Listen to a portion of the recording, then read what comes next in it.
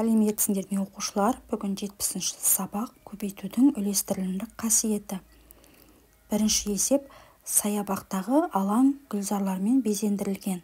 Бағбанға саябақта қанша гүлзар бар екенін сызбаға қараймыз. Сызбадан біреу, екеу, үшеу, төртеу және бесеу, алтау. Барлық қатарда 6 міне гүл белгіленген, төртеуі ақ, екеуі қызыл болып тұр. Енді мұны астындағы есептеуге қараймыз. Мына жерде есептер тұр. Жақшаның ішінде 4 қосу 2 деп тұр.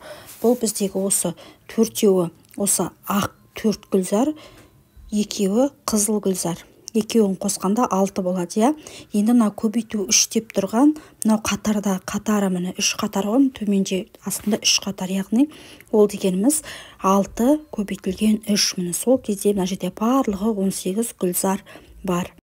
Екінші сызбаға қараймыз. Бұл жерде де дәл солайына бірінші сызбамен бірдей. Бұл жерде тек қана айырмашылық есептеудің екі түрлі орындалуында тұр. Міне бірінші сызбаның астын қарасаңыздар, жақшаның ішінде 4 қосылған 2 көбейтілген 3 тең болады 6 көбейту 3 тең 18 деп тұр. Ең бірінші жақшаның ішіндегі орындалады, яғни 4-ке 2-ні қосамыз, 6 болады, оны көбейтеміз 3-ке тең болады, міне 6 көбейту 3 тең 18. Енді екінші сызбаны қараңыздар. Бұл жерде міне ең бірінші жақшаның ішінде қосу болып тұрса, бұл жерде көбейту берілген. 4 көбейтілген 3 қосылған 2 көбейту 3 тең 12 қосу 6 деп тұр. Бірақ бұл жерде көбейтулерді орындап алатын боламыз. 4 пен 3-ті көбейтеміз, одан кейін 2 мен 3-ті көбейтеміз, содан кейін барып екеуінің қосындысын қосамыз, яғни 4-ті 3-ке көбейтеміз, 12 болады, 2 мен 3-ті көбейтеміз, 6 шығады. Енді 12 мен 6-ны қосамыз, тең болады 18 шығады. Екінші есеп тік төртбұрыштың периметрін әртүрлі тәсілмен қалай тапқанымды түсіндір. Мына жерде тік төртбұрыш берілген, оның А қабырғасы 5 см-ге тең, В қабырғасы 3 см-ге тең деп тұр. Мына жерде өрнек берілген, және де астында тәсілдер тұр. Осы 3 тәсілдің екеуін қоюымыз керек, осы тәсілдерді. Соны табамыз. Міне қараңыздар. Пи тең болады жақша ішінде 3 қосылған 5 көбейтілген 2 тең 8 көбейту 2 тең 16 деп тұр.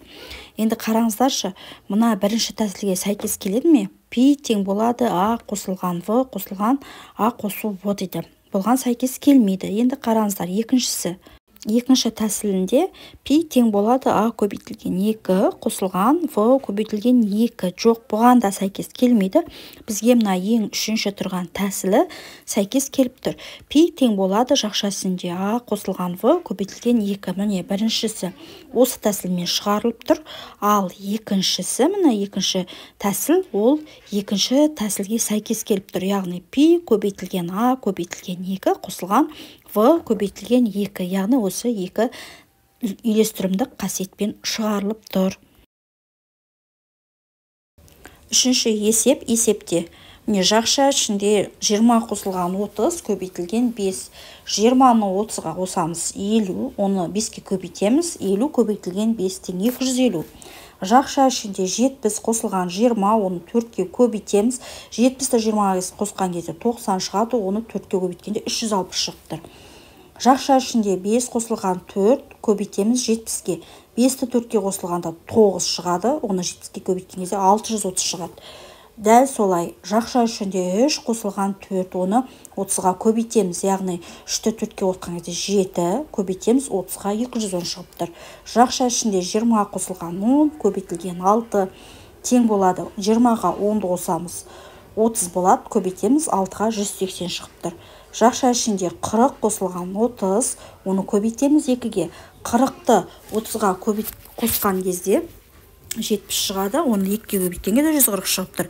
20-ны 10-ға қосамыз, 30 шығады, оны 8-ге көбейткен кезде 240 шығады. Көбейтеміз 10-ға тең болады. 5-ті 3-ке қосқанда 8, оны 10-ға көбейткенде 80 шығыптыр. Келесі бізде төртінші есеп А бөлігі. Гүлзарлардың периметрін әртүрлі тәсілмен тап. Мына жерде тік төртбұрыш берілген, оның А бөлігі 6 метрге тең, В бөлігі 4 метрге тең екен.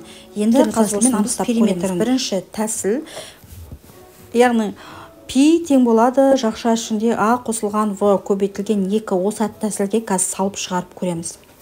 Бірінші тең болады пи тең болады жақша ішінде 6 қосылған 4. Оны көбейтеміз 2-ге. Яғни 6-ға 4-ті қосқан кезде 10 шығады. Оны көбейтеміз 2-ге. Тең болады 10 көбейтілген 2 тең 20 метр. Міне бірінші тәсілі. Екінші тәсілі пи тең болады 6 метр қосылған 4 метр қосылған 6 метр қосылған 4 метр. Яғни 6-ға 4-ті қосқан кезде 10 метр шығады. Және де 6-ға 4-ті қосқанда 10 метр тең 20 метрге тең болады. Келесі үшінші пи тең болады 6 көбейтілген 2. Одан кейін 4 көбейтілген 2 қосылған тең болады. Қараңыздар, 6-ны 2-ге көбейтіп аламыз, 12 шықты. 4-ті 2-ге көбейтіп алдық, 8. Яғни бірінші көбейтінділерді есептейміз, одан кейін қосуды есептейміз ғой. Енді осы мәндерді қосамыз, яғни 12-ні 8-ге қосқан кезде 20 метр шығып тұр.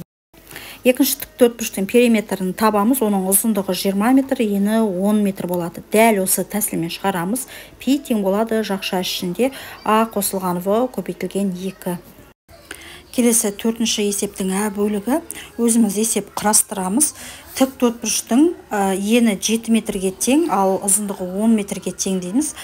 Периметрін табуымыз керекпіз. Дәл осы тәсілге саламыз. Алдындағы а бөлігіндегідей. Пи тең болады жақша ішінде а қосылған в көбейтілген 2. Міне бірінші пи тең болады 7, жақша ішінде қосылған 10 көбейтілген 2 тең болады. 7-ге 10-ды қосамыз, 17, 12-ге көбейтілген кезде 34 метр болады. Екінші пи тең болады 7 метр қосылған 10 метр. Қосылған 7 метр қосу 10 метр тең 34 метр. Үшінші пи тең болады 7 метр көбейтілген 2. Қосу 10 метр көбейтілген 2. Бұл жерде бірінші көбейтуді орындап аламыз, одан кейін барып қосуды орындаймыз. Яғни 7-ні 2-ге көбейткен кезде 14 болады, 10-ды 2-ге көбейткен кезде 20 болады. 14 пен 20-ны қосқанда 34 метр шығып тұр. Келесі 5-ші есеп.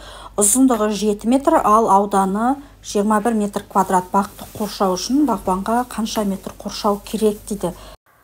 Алдымен тіктөртбұрыш сызып алсаңыздар болады. Оның а қабырғасы 7 метрге тең. Ауданы 21 метр квадратқа тең. С дегеніміз бұл ауданы. Енді в қабырғасы мен периметрі белгісіз қанша метр екенін табуымыз керекпіз. Ол үшін осы екі тәсілмен шығарамыз. Бұл тәсілдерді біз білеміз, иә. С, яғни ауданы тең болады а қабырғасы мен в қабырғасының көбейтіндісіне. Ал в қабырғасы ауданы мен а қабырғасының бөлінісіне тең болады. Бұл жерде в тең болады 21 метр квадратты 7 метрге бөлеміз, сонда 3 метр шығады. Ал периметрін табу үшін мына тәсілмен шығарамыз, яғни периметр п тең болады, пи тең болады а жақша ішінде а қосылған в көбейтілген 2. Енді бұлай шығарамыз. Пи тең болады жақша ішіне 7 қосылған 3. Яғни 7 метр мен мына 3 метрді қосамыз, оны 2-ге көбейтеміз. Тең болады, 7-ге 3-ті қосқан кезде 10, оны 2-ге көбейткен кезде 20 метр. Яғни в қабырғасы 3 метрге тең, ал периметрі 20 метрге тең болды.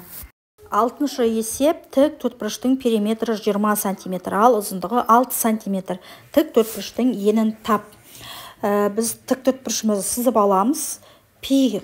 Периметрі яғни 20 сантиметрге тең, а қабырғасы 6 сантиметрге тең. В қабырғасын белгісіз табуымыз керекпіз. Ол үшін в тең болады пи бөлінген 2 алынған а деген тәсілге саламыз. Бұл жерде периметрі 20 сантиметр, оны 2-ге бөлеміз, және де одан 6 яғни сантиметрді аламыз. Сонда мына 22-ге бөлген кезде 10 шығады, одан 6-ны алдық, сонда 4 сантиметр. Бұл жерде в қабырғасы 4 сантиметрге тең болады. 7-ші есеп. Біздің мектептегі әр оқушы бір ағаштан отырғызды. Оқушылардың жартысы қайың, ширек бөлігі жөке, қалғандары үйеңкі отырғызды. Мектепте 800 оқушы бар. Неше бала қайың, нешеуі жөке, нешеуі үйеңкі отырғызды.